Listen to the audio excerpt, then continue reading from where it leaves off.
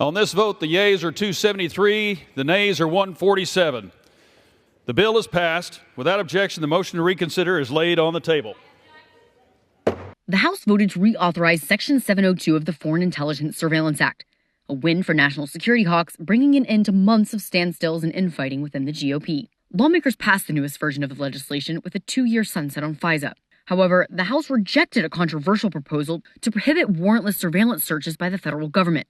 The amendment narrowly failed in a tied vote, falling short of the majority threshold needed to include it in the surveillance law. The vote is a loss for hard-right lawmakers who threatened to shoot down the surveillance law altogether if it was not included. The amendment, proposed by Representative Andy Biggs, would have required the federal government to obtain a warrant before executing data searches of U.S. communications.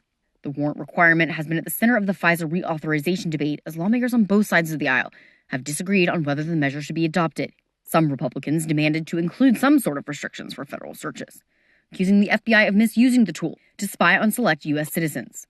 That demand became even more prominent when former President Donald Trump came out against the reauthorization of FISA, claiming it was misused to spy on his presidential campaign in 2020.